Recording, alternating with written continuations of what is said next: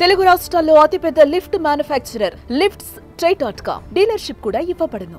ఇంట్లో తన భార్య మటన్ కూర వండలేదనే కోపంతో ఊగిపోయిన భర్త ఆమెపై విచక్షణ రహితంగా దాడికి పాల్పడ్డాడు. ఈ ఘటనలో ఆమె తీవ్రంగా గాయపడి ప్రాణాలు కోల్పోయింది. ఈ అమానుష ఘటన మహబూబాబాద్ జిల్లాలో జరిగింది. మృతురాలి తల్లి ఫిర్యాదు మేరకు పోలీసులు కేసు నమోదు చేసి దర్యాప్తు చేపట్టారు. కాగా మృతురాలికి 2 పిల్లలున్నారు. మహబూబాబాద్ జిల్లాలోని సీరోల్ మండలం ఉప్పరిగూడెం గ్రామంలో తండాకు చెందిన మాలోతు కళావతి బాలు భార్యాభర్తలు వ్యవసాయం చేస్తూ జీవనం సాగిస్తున్నారు. వీరికి 2 పిల్లలు కూడా ఉన్నారు.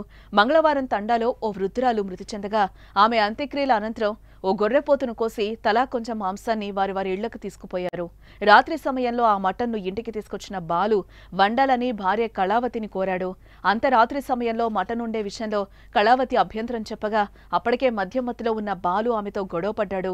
అది కాస్త తీవ్రంగా మారడంతో వారి ఇంటికి సమీపంలోనే ఉంటున్న కళావతి తల్లిదండ్రులు కలగచేసుకుని సర్ది చెప్పి గొడవను సద్దిమణిగేలా చేశారు. వారు తిరిగి వెళ్లాక బాలు భార్యతో మళ్లీ గొడవపడి తీవ్రంగా కొట్టి వెళ్లిపోయాడు. బుధవారం ఉదయం కళావతి తల్లిదండ్రులు కుమార్తె ఇంటికొచ్చి చూడగా అప్పటికే ఆమె మృతి చెందింది. దీంతో కళావతి తల్లిదండ్రులు పోలీసులకు ఫిర్యాదు చేశారు. పోలీసులు సంఘటనా స్థలానికి చేరుకుని వివరాలు సేకరించారు. మృతదేహాన్ని పోస్టుమార్టం నిమిత్తం మహబూబాబాద్ జిల్లా ఆసుపత్రికి తరలించి కేసు నమోదు చేశారు. నిందితుడు బాలు పరారీలో ఉన్నాడని పోలీసులు తెలిపారు.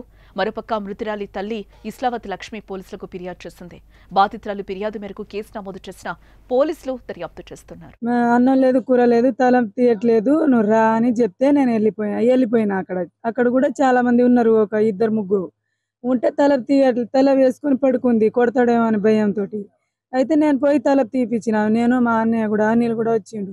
ఆయన వచ్చిన తర్వాత తలపు తీసిన తర్వాత ఇక పడుకొని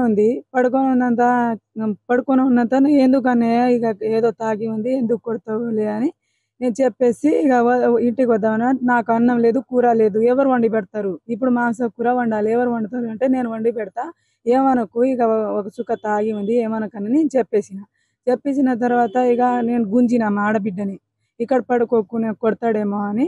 నేను నాతోటి రా, నేను తీసుకెళ్తా అని నేను గుంజితే రాలేదు. నాతోటి రానప్పుడు నేను ఇంటికి వచ్చేసి మా అత్తయ్యని తోలినామని.